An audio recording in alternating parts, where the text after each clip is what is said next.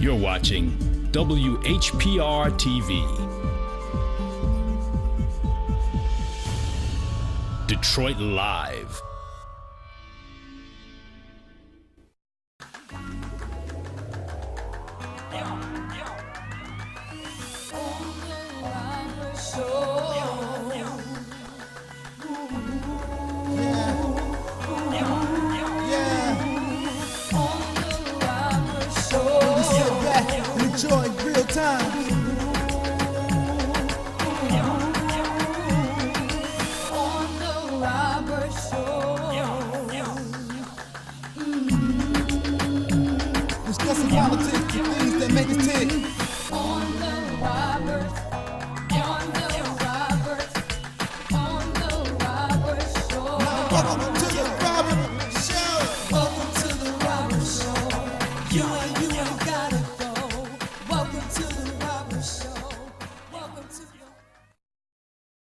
I want you to come and have dinner with me. You know, I'm going to prepare dinner for everybody, and we're just going to have a great evening. I've got to celebrate 1 year of being at the station. So, you know, as we always do, I got a great, great gentleman here with me this afternoon that's going to be coming up a little later on in our segment. He's over at Crescendo Detroit. He's the CEO and the founder of Crescendo Detroit. Also, he's the conductor for the Farmington Band. So we got a lot we're going to be talking about. And so we're going to get ready to go to a commercial break. And then when we come back, I'm going to introduce our guests for you today. So we'll be right back. Stay tuned.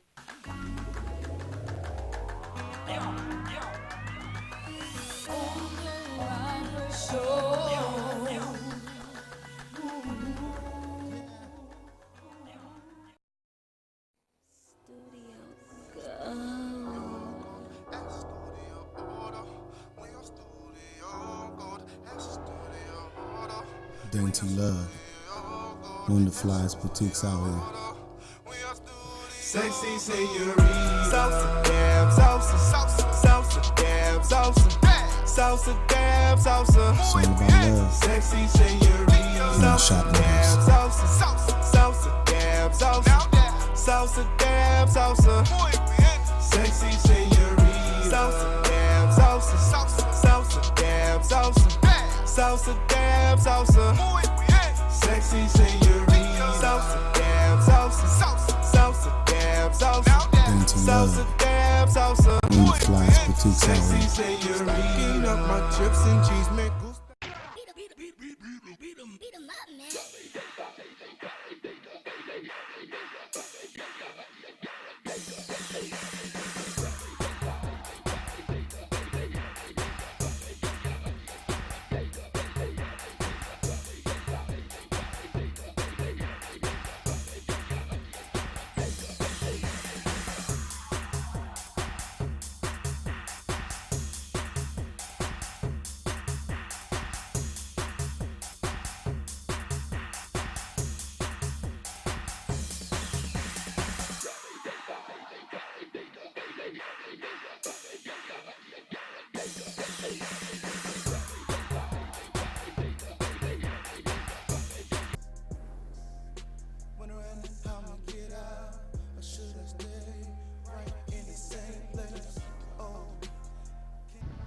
What if you had a chance to do it all over? What if you found that chance to make things right? To take back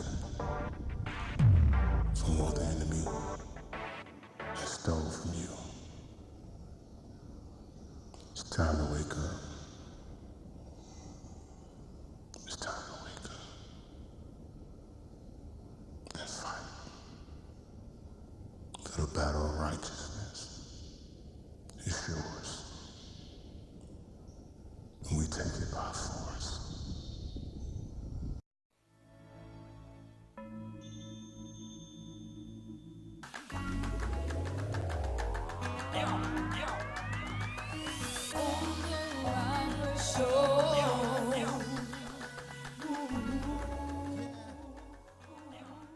Well, welcome back. We're here at WHPR TV 33, and I have with me at this time Damian Kyle Crutcher, who is the CEO and the founder of Crescendo Detroit.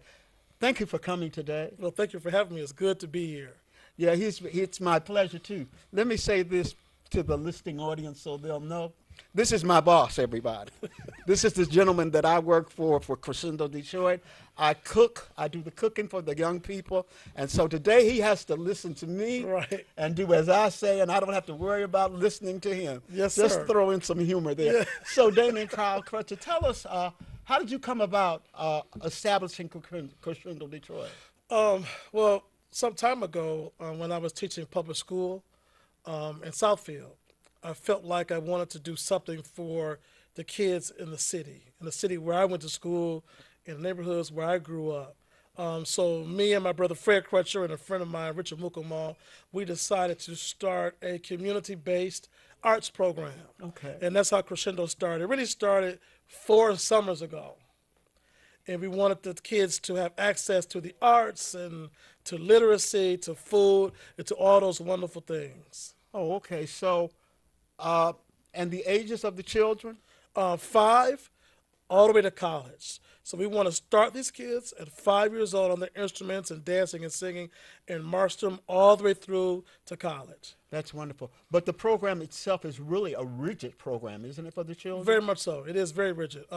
Each kid takes a number of classes, orchestra or band, choir, dance, life skills, literacy support, drama. So it's quite rigorous. We keep them very busy. And then, of course, we end each session with dinner cooked by Chef Robert That's and right. Chef Michelle. That's And it right. can be anything. The They do a good best job. cook. The best cook. That's right. Meatloaf, spaghetti, I'm the number nachos. one at Crescendo Detroit, he's baby. he's Trust the number me. one. Trust me. He's the number it one. wouldn't be a program if it wasn't for Robert Wait Franklin. a minute now. Hold on. So it's a rigorous program, and we thought it would be great to just end each session with a meal, especially a homemade cooked meal. 'Cause I don't know how many kids get that nowadays. Everybody's so busy. Right. And I don't know how many kids actually sit down at dinner. So we sit down with them, with the staff, and it gives us a chance to see how they're doing, to evaluate the process. But it really gives us a chance to build those relationships with those kids. And the summer program just ended, didn't It it? just ended Friday. Well, how did it go? It was fantastic. It was great. It was a lot of work. We had about 30 kids in the program, some from the neighborhood, some from all over the city, and they did a wonderful job. We have weekly field trips, food every day, lunch and breakfast, and music and dance. It was tremendous. It was a lot of work. As you know. Oh, yeah, I You know we're that, still recuperating yes. from it, but Very it's much worth so. us Very much so. investing in our kids in that manner. So how is the program funded? Right now, it's funded. We have about 400 donors from Detroit to Australia to Tokyo that give to us about 3 or 4 times a year. And so they're our primary source of funding. We have received some grants, and now we're in the place of building our infrastructure so we can go after the big money from the foundation. Looks like our first grant from a foundation is going to be from the David Angel Foundation out of Chicago. Now, actually, how much does it cost per child to run this program? It really costs, for the summer program, it's about $500 a student. During the year, it's about $1,500 to $2,500 a student, depending on how much we do. Okay. Now, the parents don't pay for this program. It's strictly funded by donations? The parents only pay if they can. Okay. Like this summer, we asked the parents that could afford it to pay $50 of that $500. Okay. Just so that they could have, like they say, some skin in the game. Because it's easy to walk away from something if you don't pay for it. That's true. So we asked them to pay $50 of that $500 for their tuition this year. But we do so much more. We do so much more. So much more. So, $50 is just like a penny in your pocket It's for this program. For this kind of program. When you think about the kind of staff, like you said, you have the 2 chefs that cook. We have 2 or 3 music instructors, 2 dance instructors. We had a guest artist this summer from the Count Basie Orchestra, Chris Johnson. Yeah, he'll be on my show. That's good. Yes, Well, he's here. yes, he'll be and here. so He'll be he here. was here.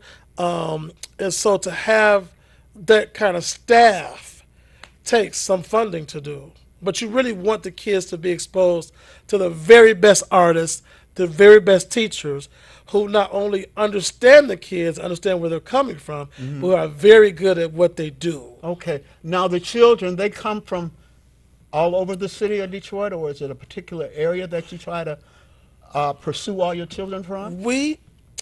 Primarily we want kids from the Dexter Davison area. Okay. So we have probably a third of the kids from that neighborhood or who lived in that neighborhood a few years ago but have moved around. Okay. And then we have some kids who come from all over. We have some kids from Grosse Pointe. We have some kids from Farmington. But then we have kids from other Detroit neighborhoods as well. Okay. Now this program, the children sometimes come from broken homes and all of this sort, and so you have to have professional people to come in and try to deal with those problems, I'm sure. Absolutely. In addition to cooking food, in addition to working the band and orchestra, we do serve as social workers for the kids too, because it's about building those relationships with kids, Right. letting them know that they are loved, even though it's rigorous. It would demand a lot. Let them know that you are loved, you're appreciated, you're special, you're capable, yes. you're intelligent, because some of them have been through some very traumatic experiences, right? We've had kids this year who are living in shelters. Wow. We have kids who are, I had a family who was living in a van for part of the winter. And so we had to help her rectify that situation. So in addition to your subject area, you have to know how to deal with kids that have been through those type of difficult situations. Wow, Which wow. makes instructing them hard sometimes. Of course Because it their does. behavior can be off the hook. Oh yeah, you will. You know, I've know. witnessed some of that. You've know, witnessed so- some of that, But you know, behavior. I'm mainly in the kitchen, so I don't really interact with the children like I Right. would like to, because Right. I'm trying to prepare a meal for them. But That's I know right. what you all go through, and I glory your spunk. That's right. Because it's not easy. It's not easy. When you have a 5-year-old that tells another kid, yeah, I can't repeat that. No. But you No, know, you please just don't. look at him like, did he say that? Did he really say that? And he said it with the right inflection and the right intensity. Did that boy just cuss her like that, the other kid? So you do have to like take to the side, explain to them that's unacceptable. Then you have to talk to the parent, let them know that this is what he's getting from home, so we've got to fix this. Okay, so now where's the program housed? Right now it's housed at our church, Community Church of Christ, which is at 3841 Humphrey Street, which is in the heart of the Dexter Davison neighborhood. Okay, now if someone would like to donate, could you tell us where they can go to make their donation? Sure, they can go to our website at www.crescendodetroit.org, or they could call me at 313-310-3383. They can drop the instrument off. They can fly it to us. We'll come pick it up. We'll pick up the check.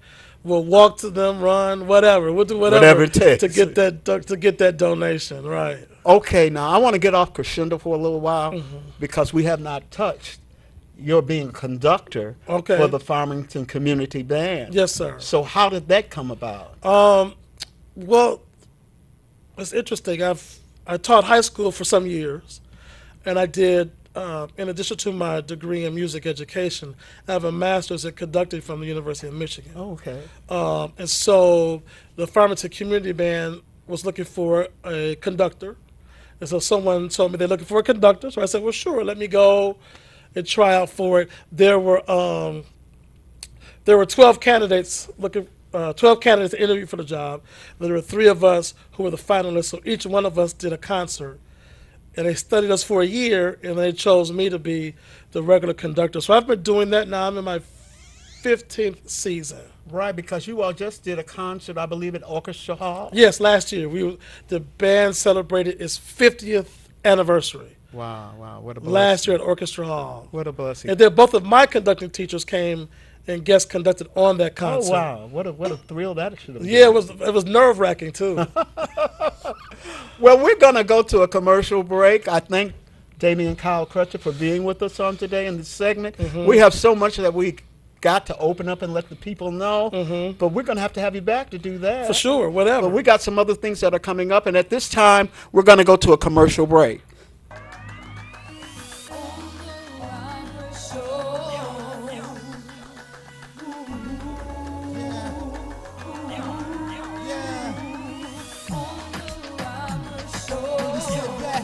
Enjoy real time.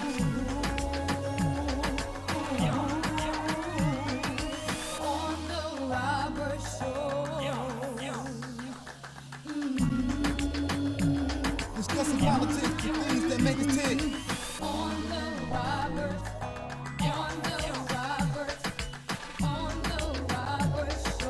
Welcome to the Robert Show. What if you had a chance to do it all over? What if you found that chance to make things right? To take back from what the enemy has stole from you. It's time to wake up. It's time to wake up. Let's fight. For the battle of righteousness is yours. And we take it by force.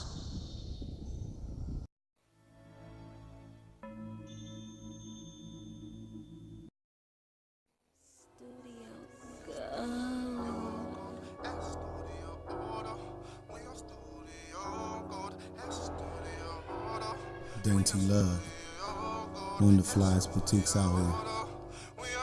Sexy señorita. Salsa, damn, salsa, salsa, salsa, damn, salsa, salsa, damn, salsa. It's all about love. Sexy señorita. In the shop Salsa, damn, niggas. salsa, salsa, salsa, damn, salsa, salsa, damn, salsa.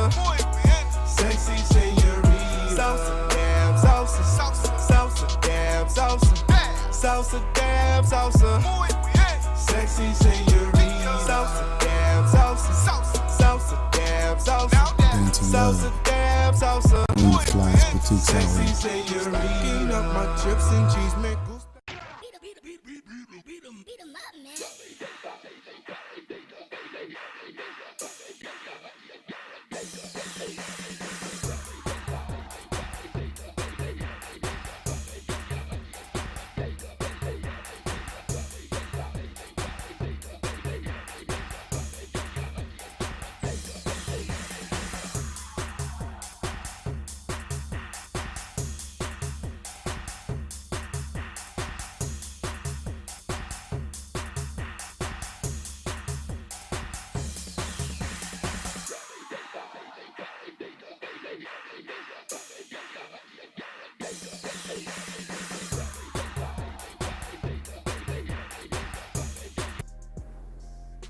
Wondering how I'm gonna get out, or should I stay right in the same place?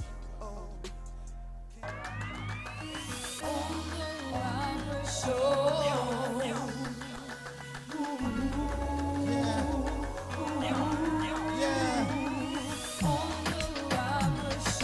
Sit back and enjoy real time.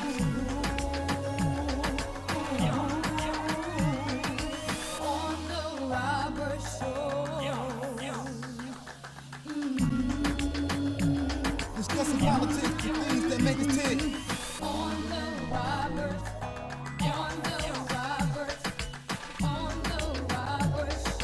Welcome to the Robert Show. Well, as you can see, I have Erica Crawford with us once again Right. with our world news. So, Erica, let us know what's going on. Well, sometimes world news and local news, but today I want to talk about the 50th anniversary of the Detroit riots. And of course, according to WXYZ, July 23rd, 1967, it was a dark and devastating 5 days in Detroit history. The 67 riots was a rebellion marked a turning point in our Motor City. It was 5 days full of riots. Unfortunately, 43 people died. Thousands of people injured, and the city and businesses and even homes were destroyed. And I want to mark this because, of course, July 23rd was, of course, the anniversary of the riots. And, of course, a lot of people don't, the people out there that don't know, the riots started from a police raid of an unlicensed after-hours bar called the Blind Pig. And from that raid, the police confrontation with the patrons, the observers, and even the people on the street led to the riots. And it was a really big thing back then. And of course, with our Motor City, the Detroit Free Press, Bridge Magazine, and WXYZ TV had a special. They had, for this week, home footage and movies, and even old news film told the story about what happened in 1967. Yeah. And I know you guys are pretty young bucks up here. You got that right. Did your parents even talk about what happened regarding the riots? Well, the day of the riot, when they were really rioting, I happened to have been at church. Really? And my mother was trying desperately to get in touch with us, but back then they didn't have cell phones, and she didn't know what church I was at. So when I got home, it was a lot of relief for her. Okay. But I saw people out, but I didn't really know what was going on because I was in my teens then, Oh, Yeah, my really? teens, You yeah. was? Yes, I was in my teens, baby. Yeah. I was born in 48, so No, you was not. Yes, I was. So No, you come on. Baby, I know I look good, and all that, but yeah. Yeah. Yes. And they just had a celebration on 12th and Claremont. Yes. I believe that was Friday. Yes. Because They've been having it all week, actually. yeah, I know all they were week, having yeah. it all week, but I had totally forgot about it. And I was in a cab on my way to church for Crescendo because I just left the doctor's. And I saw all this going on, and the cab driver and we say, well, what is this? Not realizing that that's what it was. Wow. But, that was a trying time because people. Right. Damon, you have any past experiences? I haven't had any, but I've had friends that grew up in that neighborhood. Like Okay. Thomas Butler, our friend, he grew up in the neighborhood, and he's witnessed firsthand some of those things that happened. Wow. And I think for a lot of the people, that's why they're kind of changing the name from riot to rebellion, because it was a reaction to some unfair things that were happening. Right. Yes.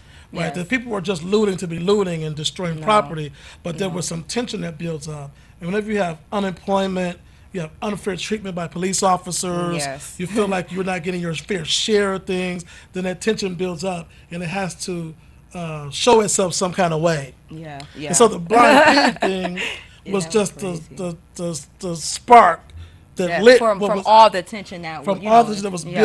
building up Yes. underneath that. So that's why they really call it. They've been calling it the rebellion and not the riots lately. Yes.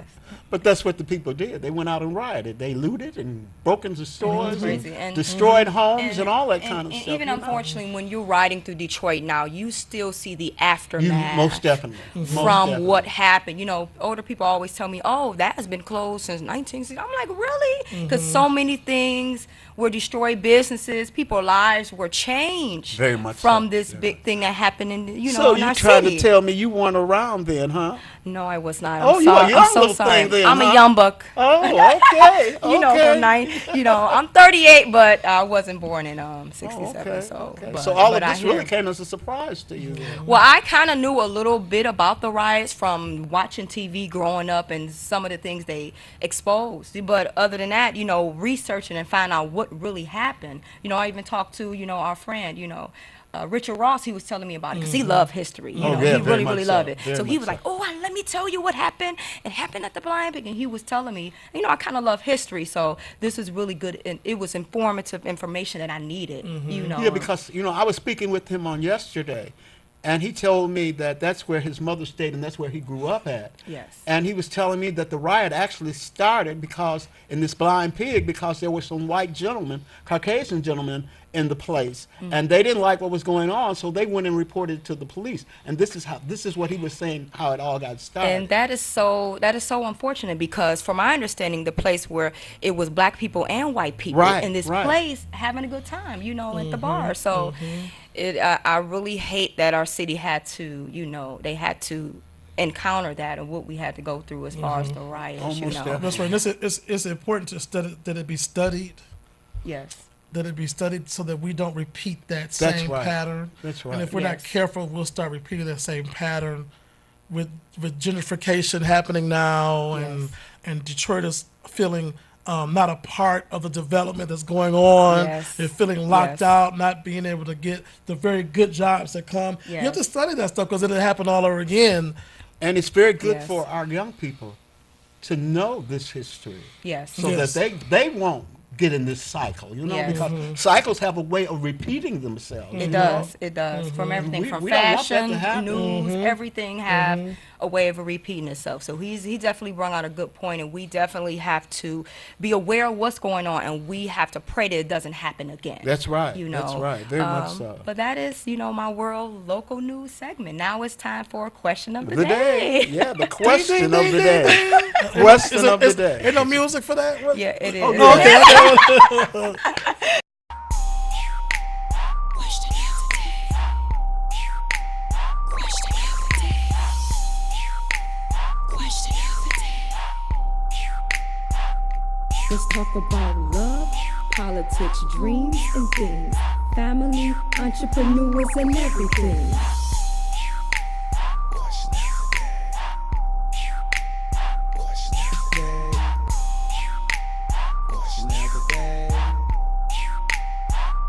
Let's talk about money, cars, clothes, you name it. Welcome back. You are watching TV 33 WHPR. We're going into our question of the day. Sister Erica, what is our question? Is Detroit really on a comeback? Oh, wow. Question of the day, viewers. That's a good question. That's a good. Very good question. Go ahead. I think it depends on where you live. Most It depends definitely. on where you live and what your perspective is. I think that there are definitely some positive things happening in the city. Yes, Downtown Detroit is definitely booming. it is. Oh, yeah, It very much is. so. There are new restaurants. There are new activities. There's a park at Jefferson and Woodward, some kind of way. There's basketball. There's a beach at Campus Marshes. Yes. Midtown is off the chain. So I think it depends on where you are. But I think that those of us who do work in the city, in the neighborhoods, we don't get a chance to see that kind of progress. Of course not, because they've happening been left there. out. They've been left out. The and it's- neighborhoods have been left out. That's kind of it's trickling. It's a slow too drip. slowly. It's a Too slow slowly. drip. Way too slow. slowly. Way too slow. Way Yeah. too slow. Way too slow. It is. Until you invest in the neighborhood, that midtown downtown development won't have the effect that it's supposed to have until you invest in the neighborhood and have a clear vision. Okay. Right? Okay. We know that if you don't have a vision, the people perish. Most definitely. And there's got to be a most vision that's clear, like for the folks who live on Homer Street. Yes. definitely. Yes, yes, yes. What's happening? They don't know. They have no idea. Yes. So what would you like to see happen in the neighborhoods? Oh man. In addition to tearing down homes, I mean, that's a good thing. But you have to build up people. You do. Oh, yes. You have You to do. invest in community centers and rec centers and make sure that kids have access. We have to make sure that our public schools that every public school has dance, music, Yes. yes. gym, Some type of recess. activities. Yes. That we had growing up. Right? We had all those things, and these We kids did. are growing up now with none of that. So Midtown means nothing to them. It doesn't. And I'm glad you mentioned that because, those programs bring it back to crescendo. You viewers need to invest in that because that's a program that's giving back to the community and also giving a chance for the children to partake in the activities. That's right. Very And, much so. and there are lots of programs like ours. Yes. I had a lady say to me once on Facebook, I wish there were more people like you in the city doing this. I said, wait a minute. I said, there are a lot of people like me. But you don't hear that- about it. But you don't hear about them. Yes. There are tons of nonprofits and churches that are doing tons of Yes. stuff in the neighborhoods that you just don't hear about. You don't. But why is that? Why is that? I think that, first of all, media only covers negative stuff about Detroit. Oh, that's true. That's very That's true. Right, Very it's true. hard to get them to do a positive story. That's true. The only time we can do a positive story is come on a Roberts show, You're or right. Brenda Perriman show, Right. or Cliff Russell show, Yes, right? yes. But if you really want to get on Channel 2, you better have somebody shoot somebody That's terrible. or carjack Unfortunately, somebody. but that's the how the truth. news starts, right? Do. Man gets carjacked at Dexter Davidson, right? Yeah, but there's Just more. turn it on. There's more. There's more good stuff going on in the city. There is. And they're just not. We're not being made aware of There's it, not- and that's so sad. No, Yeah. okay. Now, one thing about Aaron Foley, who has become a pretty good friend of mine, he's been hired by the administration to tell the other stories that are happening Okay. in the city. So we'll see what happens. So that's Okay, good. okay. That's good. Damian Crutcher, Yeah. it's been so wonderful having Thank you. you so Great much. having you. Lady Crawford. Yes, Erica, thank you as always. No as problem. Always. And you've been watching The Robert Show here at TV 33 WHPR. Yes. And our next airing will be on August the 14th. And I'm going to have this dynamic young man. He's plays with the Count Basie Band, and he's a professor at the University of Utah. So Yes. Chris Johnson will be here on our next show Awesome. on the 14th of August. So we look forward to seeing you then. And don't forget, you are watching The Robert Show. Bye. Bye. Goodbye.